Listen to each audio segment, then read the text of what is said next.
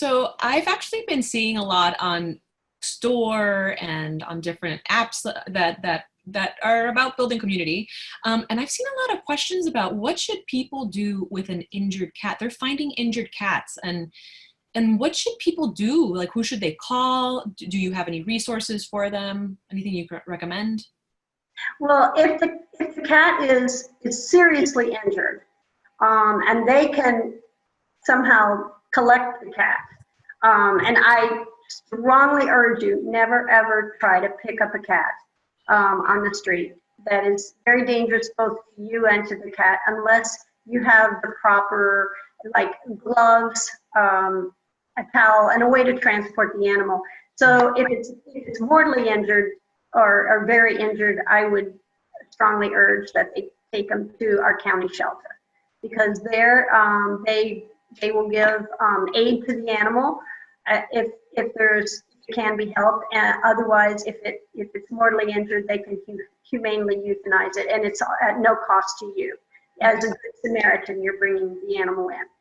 If it's a minor injury, well, minor meaning anywhere from a broken leg, a broken tail, to maybe a flesh wound, then we can only suggest some low-cost veterinary clinics. All right. A lot of times, if you like working from the veterinary medicine side, if you find an injured cat and you transport it to a clinic, most of the time they will do palliative care or palliative care for that cat, meaning pain meds, and make a decision on what needs to be done if it's really injured. And same with a dog. They'll stabilize the pet. They'll do the pain meds and pain control. And then if you don't want to take responsibility or ownership for that, or financial responsibility for that missing pet, then they'll, in the morning or as soon as it's next feasible, they'll actually call animal services, have that pet picked up by animal services, who will transport it to the shelter, who has a list of people who have reported their animals missing, and they can connect them a lot faster than we can in an animal hospital. Also, we have a scanner. Every animal that you find that's injured, or before it goes anywhere, it should get scanned for a microchip, because cats a lot of times have microchips and people forget. And nowadays you've got to scan every single animal that comes in. If they have a microchip, you can save yourself a lot of time by finding the owner, and then the owner can come and take responsibility for the pet. That's interesting though, because most dogs, not all, have microchips, and that's something that's pretty common. I didn't know that it was more common now to actually microchip your cat. And so the thing is, like, how now that if you find this cat, how do you pick it up when it's kind of, you don't know how they're going to react, and how can we scan them?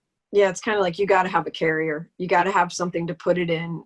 If you don't call somebody to bring it over while you watch over the pet, don't let it run back in the street or wherever it is to get away. Don't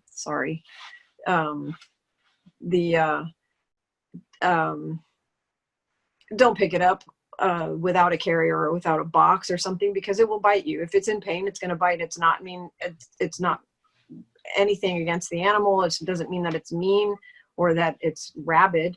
It just means that that it's in pain. And if you get bit by that animal, now that animal has to go through a couple other processes before anything can happen to it now. So you don't want to get bit. If you have gloves and you pick it up, or you can slide it into a carrier, or you can call animal services if it's a dog and it's injured. They'll come. If it's not, if it's a normal time of day, which that never happens, but yeah, it always happens at night. But there's a couple different things you can do. Calling the cat network, if it's a cat injured, if you call them, you're going to get the voicemail, and it's going to take a while for someone to get back to you. So that's not really the ideal thing to do. No, but emailing, you'll get a faster response if you email the cat network. Also, there are some excellent community cat Facebook pages. Okay. That a lot of cat members are also members of that Facebook presence. And so I would definitely check out. Social media is really an excellent way to go when you need to really send out an alarm about an injured animal. Not just Facebook, but putting something on Instagram, Twitter, and also this community system called Nextdoor. I'm a member of My Neighborhoods Nextdoor, and it's amazing the number of people that will report lost dogs, lost cats, found cats, injured animals, and they get very quick responses. Yeah, they a lot of times get reunited that way. Yes, Social yes. media, and then if we put it on the Meowmobile Facebook page, and then we share it, and then everybody else shares it, eventually it goes to 15,000 people. They're going to either A, get help for it, or B, find the owner. So Right. social media is huge. Yeah, after this, maybe we can put, in like like the notes or something, a resource of what pages we can go post specifically for cats, because I know that there's lost Broward and data. But with the cats, I'd love to, have a couple resources that of that are helpful for our pet parents.